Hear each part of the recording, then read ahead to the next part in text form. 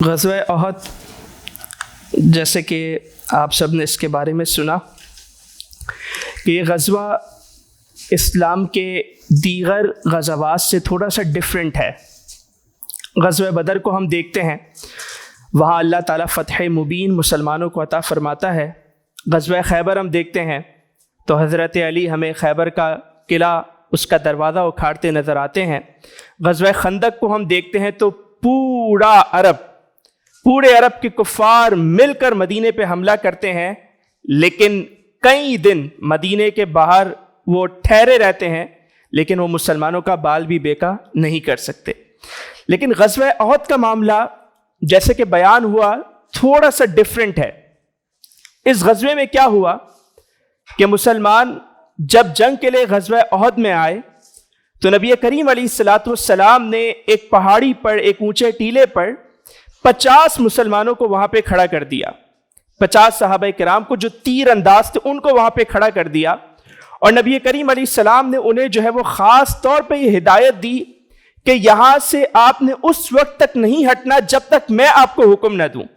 یعنی ہم بھلے جنگ ہار رہے ہوں، بھلے مسلمان شہید ہو رہے ہوں، بھلے مسلمان صحابہ کرام شہید ہو رہے ہوں، بھلے ہمیں جنگ میں نقصان ہو رہا ہو یا ہم جنگ جیت رہے ہوں، آپ نے اس مقام سے نہیں ہٹنا یہاں تک کہ جنگ ختم ہو جائے، یہاں تک کہ سب مال غنیمت جمع کرنے لگ جائیں، لیکن آپ نے اپنی جگہ پہ کھڑے رہنا ہے۔ اور نبی کریم علیہ الصلوۃ والسلام نے صحابہ کرام کو اس قدر تاکید کے ساتھ یہ بات فرمائی کہ یہ تاکید فرمانے کے بعد نبی کریم علیہ الصلوۃ والسلام کے یہ الفاظ ہمیں ملتے ہیں روایات میں کہ آپ علیہ السلام فرماتے ہیں کہ اے اللہ، میں نے اپنا پیغام پہنچا دیا، میں نے اپنا میسج ڈیلیور کر دیا۔ یعنی اس وثوق کے ساتھ نبی کریم علیہ السلام نے ان 50 تیر انداز صحابہ کرام کو وہاں کھڑا کیا تھا کہ حضور علیہ السلام جانتے تھے کہ یہ وہ ٹرننگ پوائنٹ ہوگا کہ جو ہمیں نقصان پہنچا سکتا ہے۔ اور پھر ہم نے دیکھا کہ جب مسلمان جنگ لڑ رہے تھے تو کفار کے 11 علم بردار کون ہوتے تھے؟ جو جھنڈا پکڑ کے آگے آگے ہوتے تھے۔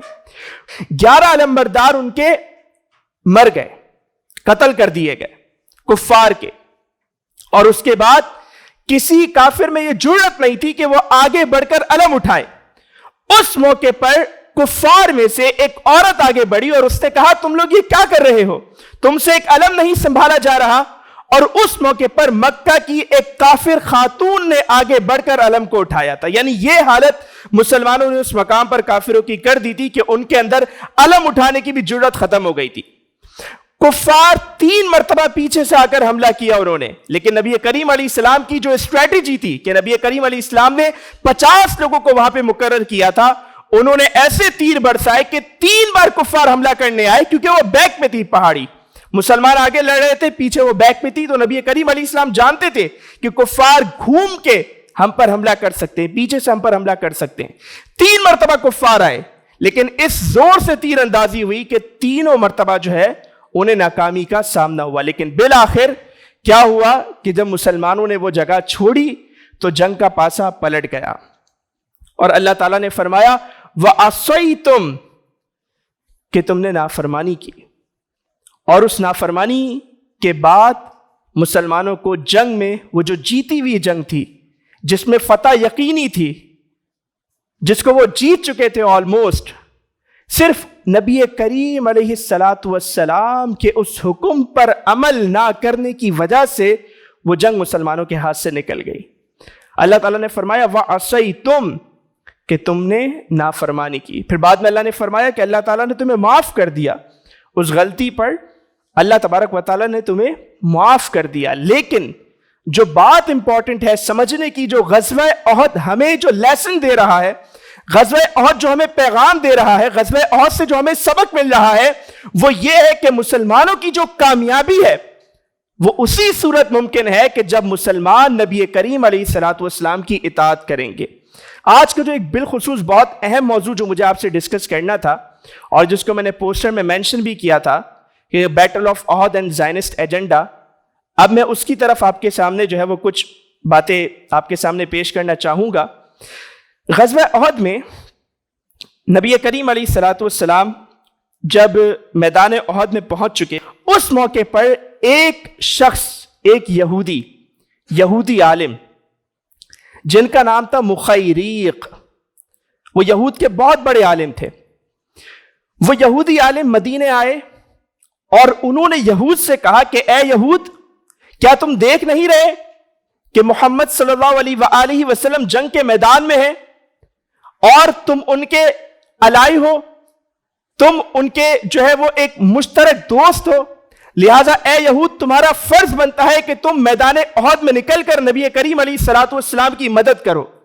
تو یہود جو تھے وہ شروع سے ہی ان کی جو طبیعت تھی، جو فطرت تھی، وہ ایک خبیث فطرت تھی، وہ ایک بہت بری فطرت تھی۔ انبیاء کو قتل کرنے والی یہ قوم یہود ہے، مسلمانوں کو بے حد نقصان پہنچانے والی قوم یہ قوم یہود ہے، بے وفائی کرنے والی قوم یہ قوم یہود ہے، اللہ تعالیٰ کی سب سے زیادہ نافرمان قوم یہ قوم یہود ہے۔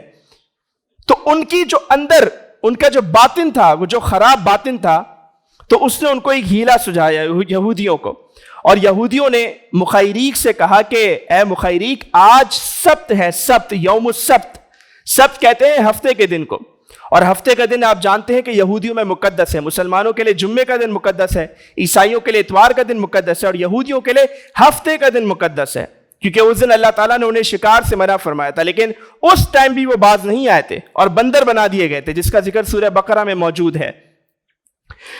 تو مخیریق سے یہود کہنے لگے کہ اے مخیریق، آج یوم السبت ہے، آج ہفتے کا دن ہے، آج ہم نہیں لڑیں گے۔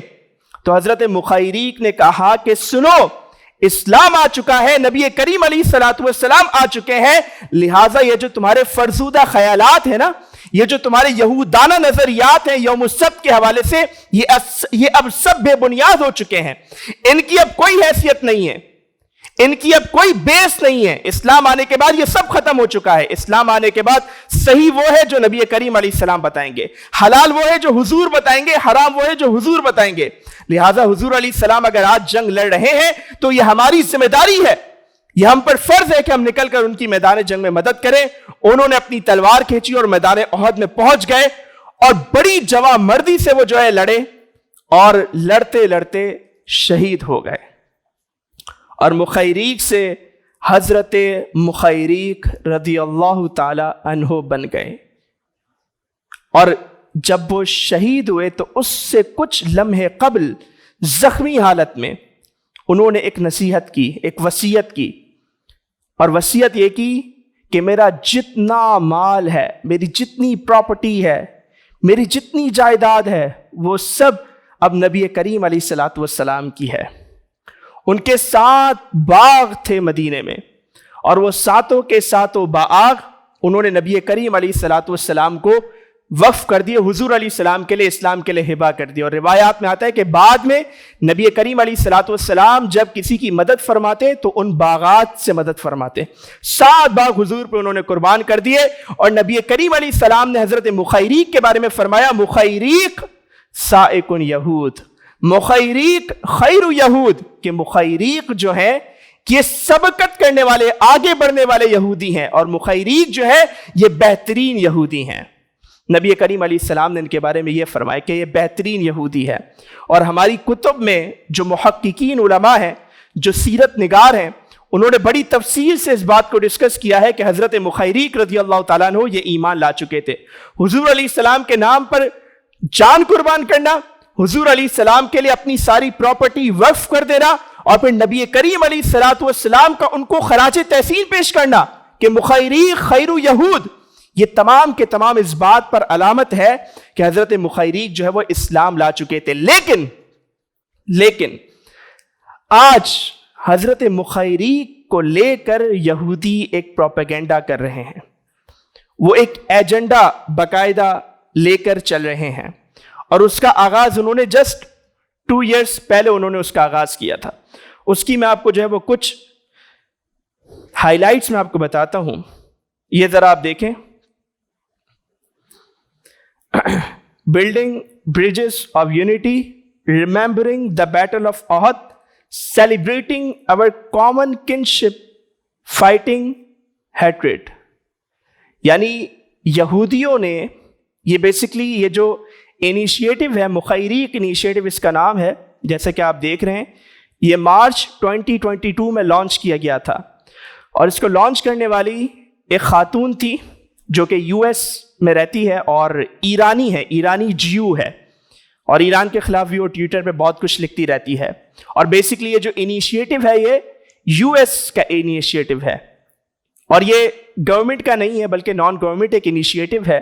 اور اس کا انہوں نے مقصد کیا بتایا آپ کو، آپ دیکھیں، بلڈنگ بریجز آف یونٹی، یعنی یہ چاہتے ہیں کہ مسلمان اور یہودی آپس میں متحد ہو جائیں. اور یہ کہہ رہے ہیں کہ سیلیبریٹنگ، اور دیکھیں ریممبرنگ دا بیٹل آف احد، یعنی یہ مسلمانوں کے سامنے حضرت مخیریق کو یہودی بنا کر پیش کر رہے ہیں اور کہہ رہے ہیں کہ جی ہمیں احد کی یاد منانی ہے، اور اپنا ہمارا جو ایک کامن، جو ہماری ایک فرینڈشپ ہے، ہمارا جو ریلیشن ہے کامن، اس کو ہم نے اب زندہ کرنا ہے. اور اس کے بعد پھر ہم دیکھتے ہیں تو مزید ہمارے سامنے جو ہے وہ کچھ اور چیزیں آتی ہیں. یہ آپ دیکھیں کہ یہ بھی آپ کے سامنے ایک پوسٹ ہے، یہ جیروشلم پوسٹ، اور اس کے ساتھ ساتھ مخیریق انیشیٹو. یہ آپ ڈیٹ دیکھیں 12 اپریل 2022. یہ آپ دیکھیں، اور میں نے آپ کو دکھایا کہ مارچ میں اس کو لانچ کیا گیا تھا. مارچ میں وہ لانچ ہوا، اور اس کی باقاعدہ جو لانچنگ سیریمنی تھی آن لائن تھی، وہ ابھی بھی یوٹیوب پہ موجود ہے. 1.5 گھنٹے کی وہ ویڈیو ہے باقاعدہ، اور جو ہے وہ آپ آج بھی اگر اس کو یوٹیوب پہ سرچ کریں گے مخیریق انیشیٹو کے نام سے، وہ آپ کو مل جائے گی. اور اس انیشیٹو کے لانچ ہونے کے بعد امریکہ میں رہنے والے کوئی 15 پاکستانی انہوں نے اسرائیل کو وزٹ کیا تھا. اور جب انہوں نے اسرائیل کو وزٹ کیا تھا تو پھر وہ ایک نان گورنمنٹ وزٹ تھا، اور گورنمنٹ کی طرف سے وہ نہیں تھا، نیشنل وزٹ نہیں تھا. لیکن اس وزٹ میں ایک پاکستان کا ایک صحافی تھا، پی ٹی وی کا، احمد قریشی اس کا نام ہے. اس نے ٹویٹ کیا تھا باقاعدہ، اس انیشیٹو کو اپریشیٹ کیا تھا، اس میں اس نے شرکت کی تھی. تو پاکستان کی پھر گورنمنٹ نے اس کو پی ٹی وی سے اس کو پھر ہٹا دیا تھا، اس کو فائر کر دیا تھا. تو آپ یہ دیکھ رہے ہیں کہ یہ 12 اپریل کو مارچ میں 22 میں انہوں نے لانچ کیا، مارچ میں بھی 12 اپریل کی یہ ڈیٹ ہے. اور پھر آپ یہ دیکھیں کہ یہ بھی ہمارے سامنے 19 اپریل کی نیوز ہے. اور پھر آپ یہ دیکھیں کہ یہ آپ کے سامنے جولائی 2022 کی ایک اپڈیٹ میں دکھا رہا ہوں. یعنی مارچ میں مخیریق انیشیٹو لانچ ہوتا ہے، اور جولائی میں ایک یہودی عالم، وہ حضرت امیر حمزہ کے مزار پر غزوہ احد پہ کھڑا ہوا ہے. اور وہ دیکھیں وہ کیا کہہ رہا ہے، اقفوا لاصلی واؤدی بالرحمہ لروح مخیریق ابن الندیر الحاکام الیہودی الذی وقف مع رسول محمد ودافع عنہ. کہتا ہے اقف، میں کھڑا ہوا ہوں اس مقام پر تاکہ میں یہاں پر دعا کروں رحمت کی. کس کے لیے؟ لروح مخیریق ابن ندیر، مخیریق ابن ندیر کے لیے، الحاکام جو کہ یہودیوں کا ایک ربائی تھا، عالم تھا، الذی وقف مع رسول محمد جو کہ محمد صلی اللہ علیہ وآلہ وسلم رسول کے ساتھ کھڑا ہوا تھا اور ان کا دفاع کیا تھا. یہ دیکھیں کس طرح پروپیگیٹ کیا جا رہا ہے کہ مخیریق جو تھے وہ یہودی ربائی تھے، اور انہوں نے حضور کے ساتھ جو ہے وہ جنگ لڑی تھی اور حضور کا دفاع کیا تھا. اور کہتے ہیں وقاتل، اور وہ اس جنگ میں شہید ہوئے، واستشہد فی غزوۃ احد، اور وہ غزوہ احد میں شریک ہوئے، وجعل اموالہ وقفا، اور انہوں نے اپنا سارا مال جو ہے وہ کیا کر دیا تھا؟ نبی کریم علیہ السلام کے لیے وقف کر دیا تھا. یہ جولائی کی اپڈیٹ ہے، مارچ میں وہ لانچ ہوا، یہ جولائی کی اپڈیٹ ہے. اب میں آپ کو ریسنٹ ان کی کچھ ایکٹیویٹیز بتاتا ہوں کہ دیکھیں آپ، یہ 22 جنوری 2024 یعنی اکتوبر میں اسرائیل فلسطین وار کا آغاز ہوتا ہے، اور اس کے کچھ مہینوں بعد آپ یہ دیکھیں کیا لکھا ہوا ہے، the Mukhayriq initiative continues to bring Jews and Muslim together around the world. یعنی جنگ کے حالات میں بھی وہ اپنا کام کرے جا رہے ہیں، وہ مسلم اور یہودیوں کو وہ قریب کیے جا رہے ہیں. مزید آپ یہ دیکھیں کہ اس میں جو ہے وہ یہ دیکھیں جولائی اپڈیٹ ہے، جولائی 2023 کی اپڈیٹ، سپٹمبر کی اپڈیٹ، نومبر کی اپڈیٹ، دسمبر کی، اور پھر 2024 یعنی جنوری 2024 میں بھی انہوں نے ایکٹیویٹی کی ہے. اور یہ کہہ رہے ہیں looking ahead to 2024 there will be an increase in initiatives even more impactful than previous ones in Jewish Muslim relations. یعنی یہ بتا رہے ہیں آپ کو کہ ابھی 2024 میں جہاں جنگ چل رہی ہے مسلمان اور یہود کے درمیان، یہ کہہ رہے ہیں کہ ہم ایسے اور انیشیٹو لانچ کریں گے کہ جو مسلمانوں کو اور یہودیوں کو قریب لائے. دیکھیں مسلمان اور یہودیوں کا قریب آنا، ان کا تعلق اچھا ہونا، اس سے کوئی مسئلہ نہیں. اگر کسی سوسائٹی میں مسلمان یہود رہتے ہیں، ان کے درمیان آپس میں کانفلکٹ ہے، بہت زیادہ وار ہے، تو ٹھیک ہے، اس کو ریزالو ہونا چاہیے. اور ایک سوسائٹی میں ظاہر سی بات ہے جتنے بھی لوگ رہتے ہوں، وہاں لڑائی جھگڑا تو ہونا ہی نہیں چاہیے. لیکن سوال یہ ہے کہ جو یہ انیشیٹو لانچ کیا گیا یو ایس میں اسپیشلی اس کو لانچ کیا گیا, تو کیا یو ایس میں ایسی سچویشن ہے؟ بالکل نہیں ہے. بلکہ یو ایس کے تو جو جیوش ہیں, جو وہاں پہ جو رہنے والے جیوز ہیں, وہ تو باقاعدہ فلسطین کے حق میں ریلیاں نکال رہے ہیں, وہ تو فلسطین کے حق میں بات کر رہے ہیں. تو یہ کیا ہے پھر؟ یہ کون سے مسلم جیوز ریلیشنز کو اچھا بنانے کی بات ہو رہی ہے؟ یہ صرف اور صرف اسرائیل کے ساتھ ریلیشنز کو اچھا بنانے کی بات ہو رہی ہے. جیسے میں نے آپ کو بتایا بھی کہ جب یہ انیشیٹو لانچ ہوا تو شارا کا یہ ایک اور انیشیٹو ہے جو اسپیشلی یو اے ای, اسرائیل اور بحرین ان تینوں کے درمیان کا ایک انیشیٹو ہے کہ یو اے ای نے جب اسرائیل کو ایکسیپٹ کیا تو پھر انہوں نے شارا کا لانچ کیا کہ جہاں پہ یہ آپس میں ایک دوسرے کے وزٹس کریں اور ایک دوسرے کو یہ لوگ ایکسیپٹنس ان کے اندر جو ہے وہ پیدا ہو. تو یہ صاف طور پہ بتانا چاہ رہے کہ یہ مسلم جیوز ریلیشن نہیں بلکہ مسلم زائنسٹ ریلیشن شپس قائم کرنا چاہ رہے ہیں. یعنی یہ مسلمانوں کو اس بات پر آمادہ کر رہے ہیں کہ جو زائنسٹ ہیں, جو اسرائیل پر قابض ہیں, یہ اچھے لوگ ہیں, ورنہ مسلم جیوز تو بڑی دنیا میں آسانی سے رہ رہے ہیں, امن سے رہ رہے ہیں. تو اس انیشیٹو کا واحد مقصد یہ ہے کہ وہ مسلمانوں کے دلوں میں اسرائیل کے حوالے سے نرم گوشہ پیدا کریں, سافٹ کارنر اسرائیل کے لیے پیدا کریں. زائنسٹ کے لیے ہمارا مسئلہ جیوز سے نہیں ہے آج کے, ہمارا مسئلہ زائنسٹ ایجنڈے سے ہے, ہمارا مسئلہ زائنسٹ مائنڈ سیٹ سے ہے. تو وہ چاہتے ہیں کہ زائنسٹ جو ہے ان کے حوالے سے جو ہے وہ بات کریں اور ان کے لیے وہ سافٹ کارنر پیدا کریں.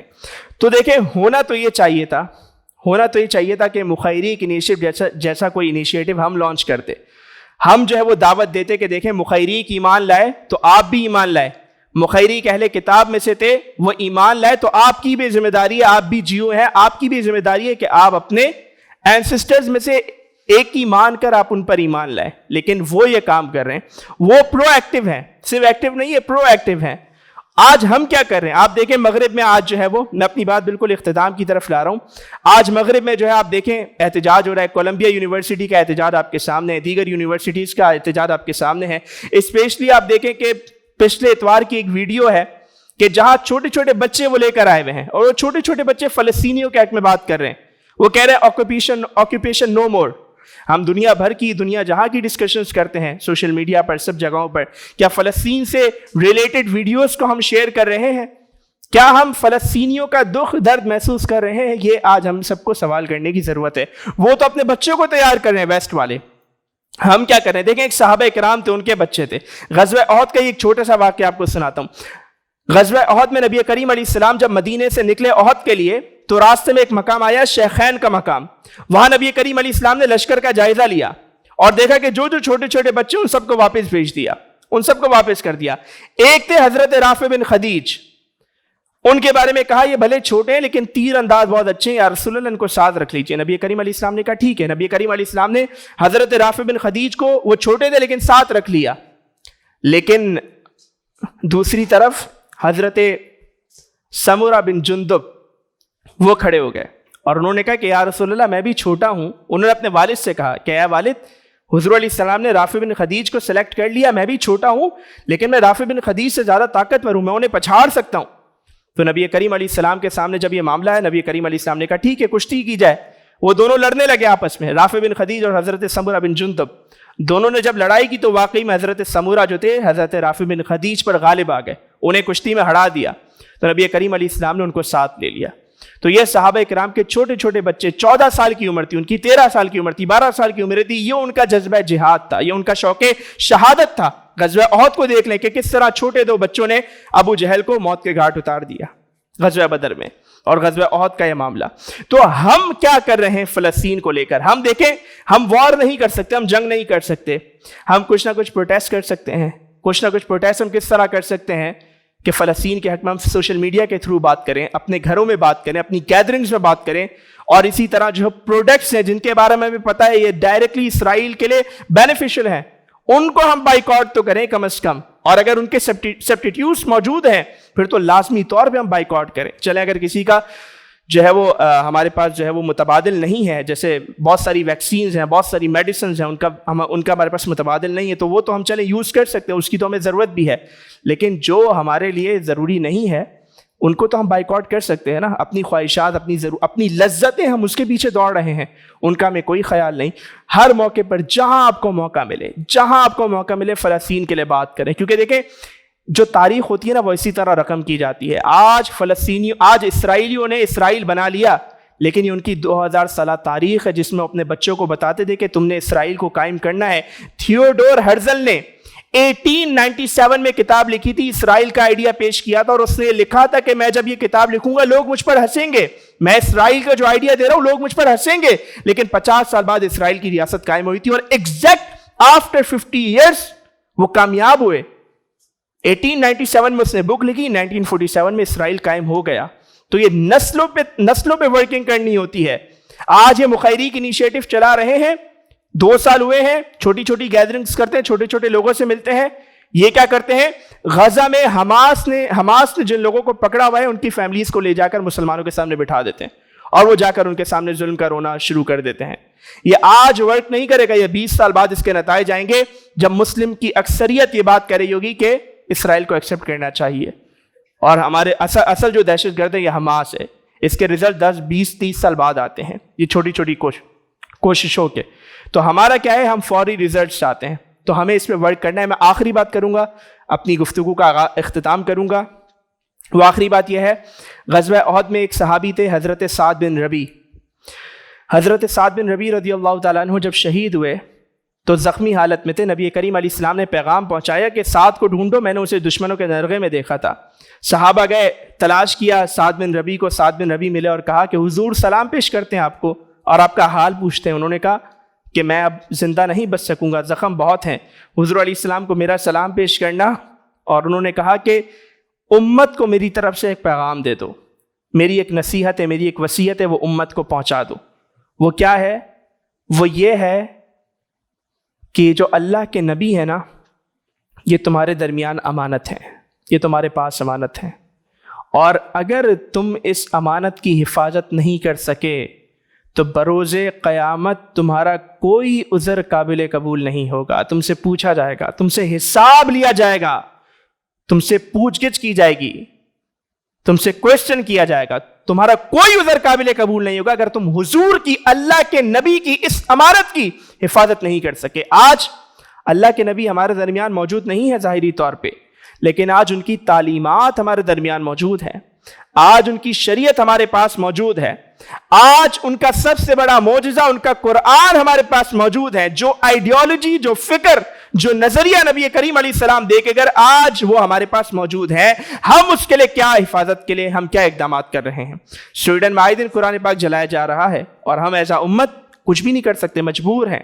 ہمیں اسٹرانگ ہونا ہے ہر اعتبار سے، اکانومیکلی ہمیں اسٹرانگ ہونا ہے، ٹیکنالوجی میں ہمیں اسٹرانگ ہونا ہے، سائنس میں ہمیں اسٹرانگ ہونا ہے، اسکالرشپ میں ہمیں اسٹرانگ ہونا ہے، تحقیق کے میدان میں ہمیں آگے بڑھنا ہے، ہر اعتبار سے ہمیں کام کرنا ہے، اور ہر میدان میں آگے بڑھ کر ہمارے اندر یہ جذبہ بھی موجود رہنا چاہیے کہ جب کبھی اسلام کے لیے صدا آئی جہاد کی تو ہم لبیک کہتے ہوئے میدان جنگ میں کود پڑیں۔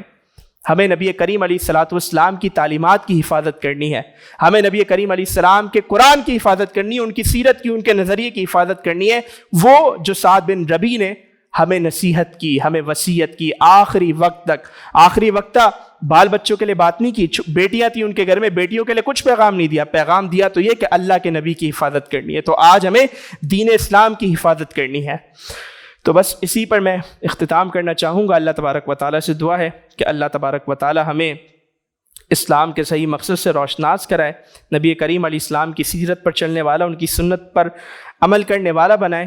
اور میں ایک مرتبہ پھر آپ سب کا بہت زیادہ شکریہ ادا کرتا ہوں، آپ سب آج کے اس ہمارے منتھلی حلقہ سیرت میں آئے۔ ہم ہر مہینے ہی یہ منتھلی حلقہ سیرت ہم آرگنائز کرتے ہیں، اور میں آپ سے گزارش کروں گا کہ آپ اس میں ہر مہینے ضرور آئیں، ہمارے ساتھ جڑیں، ہمارا ساتھ دیں، اور آپ کا سب سے بڑا ساتھ دینا یہی ہوگا کہ آپ ہم سے اٹیچ ہوں، ہمارے حلقہ سیرت میں آپ لوگ شامل رہیں، اور بچوں کے لیے بھی ہم کچھ نہ کچھ پروگرامز کرتے رہتے ہیں، اس میں بھی آپ لوگ پارٹیسپیٹ کریں۔ اور ہمارا جو پیغام ہے، ہمارا جو مقصد ہے وہ یہی ہے کہ ہم چاہتے ہیں کہ ہم حضور علیہ السلام کی جو سیرت ہے اس کو ہم عام کریں۔ آج بھی دیکھیں ہم نے غزوہ احد پہ بات کی، جو حضور علیہ السلام کی سیرت کا ایک بہت روشن باب ہے، اور اس احد سے ہمیں سبق کیا ملتا ہے ہم نے اس پہ بات کی۔ تو ہمارا جو بیسک ایم ہے، جو ہمارا ویژن ہے، مشن ہے، وہ یہی ہے کہ ہم دنیا کے ہر انسان تک نبی کریم علیہ السلام کی صحیح سیرت کو پہنچا دیں. کم ٹورڈ اسوہ حسنہ. اسوہ حسنہ یعنی حضور علیہ السلام کے طریقے پر چلنا.